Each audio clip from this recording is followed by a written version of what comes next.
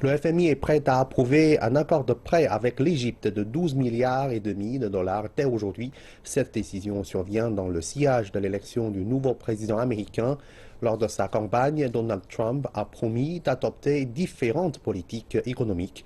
Reportage sur les réactions de l'économie égyptienne face à la victoire de Donald Trump.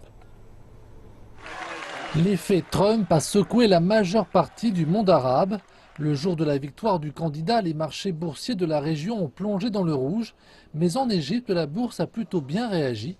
En effet, ici, le marché a affiché des gains records de 25%, une première. Une conséquence partielle de la rencontre positive entre le président égyptien Abdel Fattah el-Sisi et le président américain élu Donald Trump à New York le mois dernier. Les deux hommes se sont engagés à entretenir des liens plus étroits, une coopération plus étendue en cas de victoire de Donald Trump. Des relations très différentes de celles entretenues jusque-là entre le dirigeant égyptien, le président Barack Obama, ainsi qu'Hillary Clinton. Cette situation était à l'image de l'économie.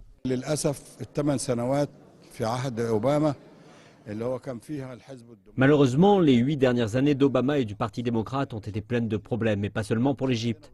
Les États-Unis ont annulé leur aide économique. Nous avons vu ce qui s'est passé en Libye, en Irak, au Yémen et dans tout le Moyen-Orient. Nous espérons que Trump changera la politique américaine, une politique qui était agressive envers les gens du Moyen-Orient.